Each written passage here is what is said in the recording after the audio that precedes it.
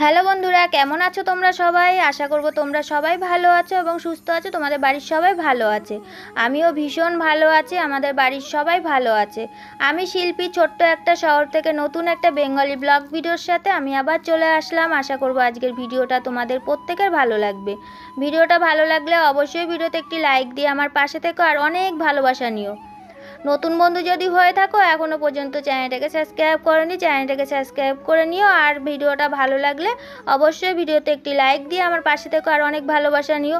বড়দের প্রণাম জানাই, ছোটদের বুক ভরা ভালোবাসা দিয়ে আজকের নতুন দিনে নতুন সকালে নতুন ব্লগটি শুরু করলাম। আজকের ব্লগটি কে কোথার থেকে দেখছো, কোন জেলার থেকে দেখছো অবশ্যই কমেন্টে জানিও। তাহলে তোমাদের কমেন্টটা পড়লে আমি বুঝতে পারবো কোন জেলার থেকে আমার ভিডিওটা দেখছে। আজকের যে ভিডিওটা তোমাদের কেমন লাগবে অবশ্যই সেটাও কমেন্টে জানিও। আমি যদি কোনো ভুল ত্রুটি করে থাকি, আমি জানি তোমরা আমাদের নিজের লোক, তোমরা আমার যে ভুল ত্রুটিগুলো আছে সেগুলো ধরবে না, তোমাদের ঘরের মেয়ে ভেবে তোমরা আমাকে ক্ষমা করে দেবে। তা রোজের মতন আজকেও সকালবেলা আমি ঘুম থেকে উঠেছি। ঘুম থেকে উঠে সকালের যে কাজগুলো থাকে রোজ আমি এইভাবেই করি। আর সকাল থেকে এখনও পর্যন্ত কাজ হয়নি, সকালের কাজগুলো এখনও সেরে উঠতে পারিনি। সকালবেলা ভোর 5টার সময় কারেন্ট চলে গেছে, আর ভোর 5টার সময় ঘুম থেকে উঠতে উঠতে আমার 6টা বেজে গেছে। আর ভিডিওটা শুরু করতে করতে আমার 6:30 বেজে গেছে।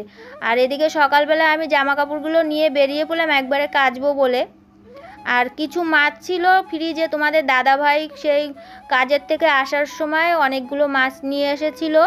আর সেই কিছু মাছ আমি রেখে দিয়েছিলাম ডিপ ফ্রিজে।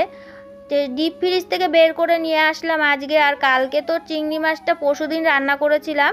কালকে তো রান্না কিছু হয়নি, পরশুদিনের যে রান্না ছিল সেটাই কালকে খেয়েছিলাম। আর রাত্রিবেলা আলু সেদ্ধ ভাত করেছি, পেঁয়াজ দিয়ে মাখা করে রাত্রিবেলা খাওয়া দাওয়া হয়ে গেছে, আলু সেদ্ধ ভাত। আর আজকে সকালবেলা উঠে ভাবছি কি রান্না করব, তা দেখছি ডিপ ফ্রিজে মাছগুলো আছে, বের করে নিলাম। আর বের করে একবারে আমি ভাবলাম যে সকালবেলা একবারে ধুয়ে পরিষ্কার করে নিই, ধুয়ে পরিষ্কার করে রেখে দেবো। আর এদিকে আমার চানটা হয়নি, একবারে চানটাও সেরে নেবো। একবারে চান করে চলে আসলাম। এদিকে চান করে আসার সময় ভাবলাম যে তাহলে একবারে মাথাটাও ঘষে ফেলি। কালকে রাত্রিবেলা প্রচুর মাথা ব্যথা করছিল, তার জন্য আজকে সকালবেলা আমি মাথাটা ঘষে একবারে চানটা করে নিলাম। আর চানটা করে এখন আমি পুজোটা দেব। পুজোটা এখন সকালবেলা, আমি তো রোজেই তো সকালবেলা পুজোটা দিয়ে ফেলি, আজকে সকালবেলা পুজোটা দেব। আর এদিকে আমি মাথাটা ঘষেছি, তার জন্য আমি ভাবলাম তাহলে মাথাটা একটুখানি আঁচড়ে নিই। আর এদিকে কালকের থেকে মাথাটা প্রচণ্ড ব্যথা করছিল। আমার তো মাথা ময়লা হলে পরে মাথা ব্যথা করে। কালকে রাত্রিবেলা আমি শ্যাম্পু এনে রেখে দিয়েছিলাম আজকে সকালবেলা মাথাটা ঘষবো বলে। আর এখন আমার চানটা হয়ে গেছে, এখন আমি রান্নাঘরে যাব, দোকানে গিয়ে তারপর রান্নাঘরে যাব। তো চলো, এখানে আমি দোকান থেকে চলে আসলাম, দোকান থেকে এসে একবারে আমি রান্নাঘরে চলে আসলাম। রান্নাঘরে আমি এদিকে ভাতটাও বসিয়ে দিয়েছিলাম, ভাতটা বসিয়ে দিয়ে তারপরে আমি দোকানে গেছিলাম। আর এখানে আমি ডাল নিয়ে আসলাম দোকান থেকে। ছেলে আজকে মাছ খাবে না, আর ছেলে তো কোনো মাছই খায় না, তার জন্য ওর ছেলের জন্য ডাল নিয়ে এসেছি। আর দুটো ডিম নিয়ে আসবো। আর এদিকে আমার সবজিগুলো কাটা হয়ে গেছে। সবজি বলতে আমি সবজিতে আমি আলু দিয়েছি, শুধু আলু দিয়ে রান্না করব। আর এদিকে আমি পেঁয়াজ কুচিয়ে রেখে দিয়েছি, আর এদিকে রসুনও আছে, লঙ্কাও আছে। সব কিছু সবজি টবজি সুন্দর করে আমি কেটে রেখে দিলাম, আগে কেটে নিয়েছি। এখন রান্নাটা করব, তার মধ্যে আবার আমার শর্ট আছে, সেটাও দিতে হবে। আমার একই চ্যানেলে তোমরা শর্ট ভিডিও, ফুল ভিডিও পুরো সব কিছুই পেয়ে যাবে। অবশ্যই সেটা কমেন্টে জানিও আমার শর্ট ভিডিওগুলো তোমাদের কেমন লাগছে। আর এদিকে সকালবেলা এখনও পর্যন্ত ছেলেদের খাওয়া হয়নি। আর সকালবেলা কি খেতে দেবো আমি ভাবছি, চিন্তা করছিলাম। আর তোমাদের দাদাভাই তো সকালবেলা 50 টাকা দিয়েছে, শুধু ডাল তেল আর আলু আনতেই লেগে গেছে। তা আমি ভাবলাম ছেলেদের কি খেতে দিই। এর মধ্যে পিন্টুদা আবার কলা পাঠিয়েছে, অনেকগুলোই কলা আছে। তা এই কলাগুলো কি বলো তো, এগুলো বীজ কলা বলে। তা এইগুলো গাছেই পেকে গেছে, তার জন্য খেতে বেশ ভালোই লাগে। আমি তো দুপুরবেলা বসে বসে খাবো। আর এদিকে মার জন্য কলা আনতে গেল ছেলে, মানে ওরা দেবে মার জন্য, মার কাছে পাঠানোর জন্য। আর এদিকে ছাতু নিয়ে এসছে, ছোট ছেলে খাবে, আর বড় ছেলে উঠলে পরে ছাতু গুলে দেবো।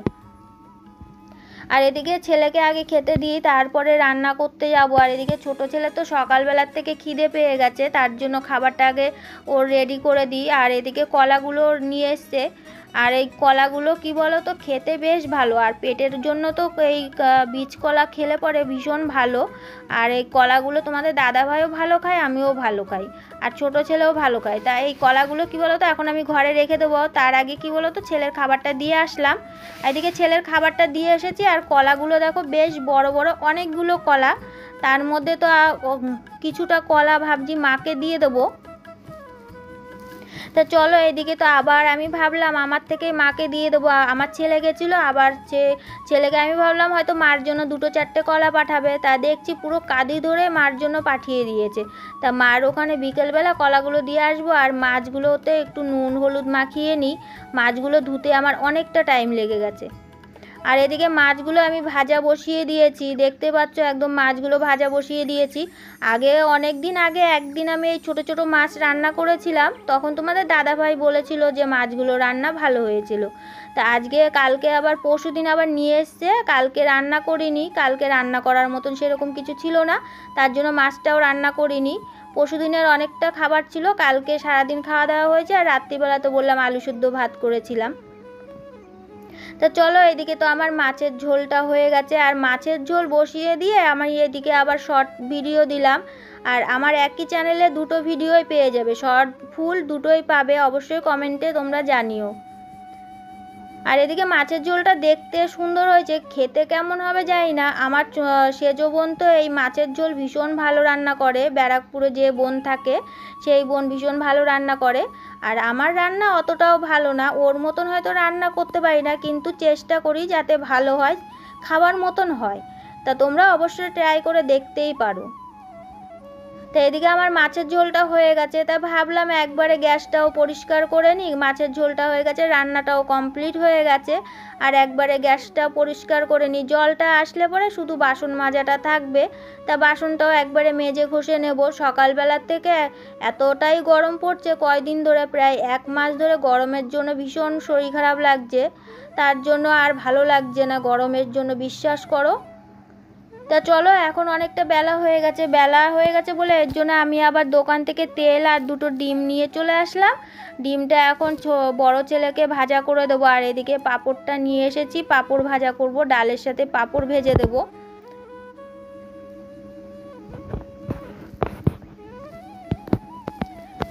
আর এদিকে আমার পাঁপড়টা ভাজবো বলে তাড়াতাড়ি করে কড়াইটাও বসিয়ে দিলাম। আগে ডিমটা ভাজা করে নিই, তারপরে পাঁপড়টা ভাজা করব। আর এদিকে বড় ছেলে অনেকক্ষণ থেকেই বলছে যে ওর খিদে পেয়ে গেছে, তা আমি আবার ওইদিকে কাজ করছিলাম বলে এইদিকে আমি আবার ডিমটা ভাজা করতে পারছিলাম না। ওইদিকে বাসন কিছু ছিল, সেটা আমি আবার জল চলে এসেছে, আবার 1:30টার সময় জল চলে যাবে বলে তার জন্য ভাবলাম আগে বাসনটা মেজে আসি, তারপরে ওকে খেতে দেবো।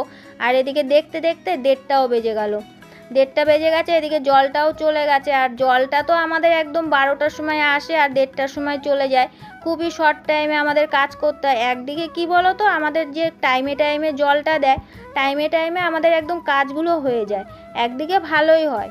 আর এদিকে পাঁপড় নিয়ে আসলাম সকালবেলা, অনেক দিন ধরে এই মশলা ছাড়া পাঁপড়গুলো খাই না, তার জন্য আজকে ভাবলাম ডালের সাথে ছেলেদের পাঁপড়টা ভাজা করে দেবো, আর আমিও 2টো খেয়ে নেবো। আর মার ওখানে যাব বিকেলবেলা, তা বিকেলবেলা যখন যাব তখন আমি আবার ভাবলাম যে তার আগে খাওয়া দাওয়াটা কমপ্লিট করে নিই, তারপরে কলা নিয়ে যেতে হবে মার ওখানে, মাকে দিতে যাব। আর এদিকে তো আমার পাঁপড়টা বেশ সুন্দরই ফুলছে, আর সরষের তেলে পাঁপড় আমি কোনো দিন ভাজা করিনি, আজকে প্রথমবার ভাজা করলাম। তা নন্দে জামাই বললো যে সরষের তেলের পাঁপড় ভাজা যায়, তা আজকে আমি দেখছি বেশ ভালোই লাগছে। আমি ভাবলাম হয়তো সরষের তেলের গন্ধ বেরোবে, তা দেখছি কোনো গন্ধই বেরোচ্ছে না, তা ভালোই বেশ ফুলছে পাঁপড়গুলো। তা চলো, পাঁপড় তো ভাজা করে আমি তারপরে যাব ঘরে গিয়ে তারপরে ছেলের খাবারটা বাড়া হয়ে গেছে এদিকে, আর ছেলের খাবারটাও দিয়ে দেবো একবারে। আর এখন অনেকটাই বেলা হয়ে গেছে, একবারে আমিও যা কাজ আছে কাজগুলো সেরে একবারে খাওয়া দাওয়া কমপ্লিট করি। আর তোমাদের দাদাভাইও এদিকে চলে এসেছে, তোমাদের দাদাভাইকেও খেতে দিতে হবে। তা দেখো পাঁপড়গুলো ভাজা হয়ে গেছে, বেশ সুন্দর লাগছে পাঁপড়গুলো। তো চলো, এখন তো বিকেল হয়ে গেছে, বিকেল প্রায় 4টে বেজে গেছে। এখন আমি চলে আসলাম ঘরের পেছনে, আর ঘরের পেছনে আমি এখন ভাবছি, কিছুদিন ধরে তোমাদের দাদাভাইকে বলছি আজকে যে ঘরের পেছনটা পুরো পরিষ্কার করে দাও, আমি কিছু গাছপালা এনে তারপরে লাগাবো। তা তোমাদের দাদাভাই বললো কি গাছ লাগাবে, তা আমি বললাম লাউ গাছ, কুমড়ো গাছ, এইসব গাছ লাগাবো। তা তোমাদের দাদাভাই একটু বললো যে না না পেছনে নোংরা করতে হবে না। আমি বললাম যে না, সুন্দর করে গাছগুলো লাগিয়ে দেবো। আর এদিকে আমার জামা কাপড়গুলো দেখো তোলা হয়ে গেছে, গাছগুলো কিনে এনে লাগিয়ে দেবো। তা চলো, এদিকে আমি ঘরে চলে আসলাম। ঘরে এসে এখন জামা কাপড়গুলো একবারে ভাঁজ করে রেখে দিই, তাহলে আমার আর বিকেলবেলা জামা কাপড়গুলো ভাঁজ করতে হবে না। আর এখন ভাঁজ করা মানে কি বলো তো, রাত্রিবেলা কিছু কাজ কম থাকা। আর রাত্রিবেলা আমার একটুকু কাজ করতে ইচ্ছে করে না, রাত্রিবেলা আবার রান্না থাকে। আজকে রাতে রান্না করতে হবে না, শুধু দুটো ভাত রান্না করলেই হয়ে যাবে। দুটো মানে এক হাঁড়ি ভাত রান্না করব। তা ভাতটা রান্না করলে তাহলে আমার রাত্রিবেলা শুধু ভাত রান্নাটা থাকবে। তারপরে আর সব কাজগুলো আমি দিনের দিনে একদম সেরে রাখলাম। আর আজকে শর্ট ভিডিও দিতে আমার ভীষণ কষ্ট হচ্ছিল, মানে কি বলবো, যেদিন গরম বেশি পড়ে সেদিন আমার শর্ট ভিডিও দিতে প্রচুর কষ্ট হয়। আর আমি ভিডিওটা কি বলো তো, ভিডিওটা আমার 4টের মধ্যে আমি কমপ্লিট করে ফেলি। আর 4টের পরে যখন আমি ভিডিওটা করি তখন তোমাদের আমার কি বলো তো, আমি ভিডিও করি তখন আর আলোর জন্য খুবই সমস্যা হয়। তার জন্য আমি আর রাত্রিবেলা আর ভিডিওটা করি না, সকাল থেকে শুরু করি, বিকেলের 4টের মধ্যে কাজ হয়ে যায়, আমার ভিডিও হয়ে যায়। তা চলো, এদিকে জামা কাপড়গুলো ভাঁজ করা হয়ে গেছে।